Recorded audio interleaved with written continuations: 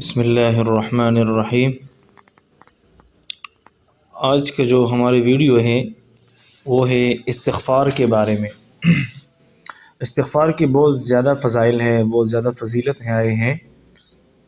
آج میں آپ لوگوں کو ایک سبق آموز واقعہ سنا رہا ہوں استغفار کی فضیلت کے بارے میں۔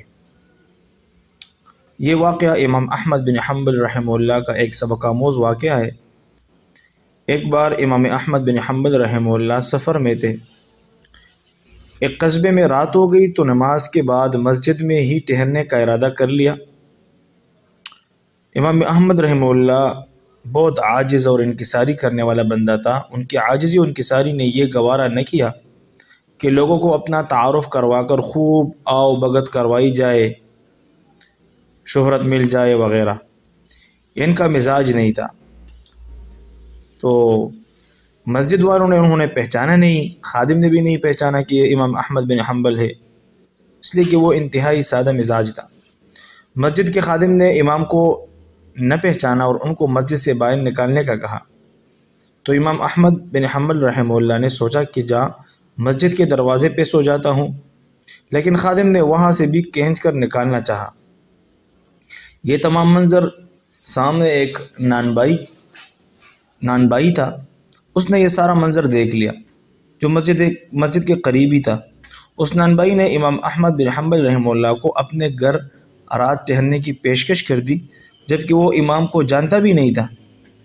امام جب اس کے گھر تشریف لے گئے تو دیکھا کہ نانبائی کام کے دوران بھی کثرت سے استغفار یعنی استغفر اللہ استغفر اللہ استغفر اللہ کر رہا ہے۔ تو امام احمد بن حنبل رحمہ اللہ نے پوچھا کہ بھائی کیا تمہیں اس قدر استغفار کرنے کا پل ملا ہے، اس کا کوئی آپ کو فائدہ ملا ہے؟ تو نانبائی نے جواب دیا، میں نے جو بھی مانگا اللہ نے عطا کیا ہے۔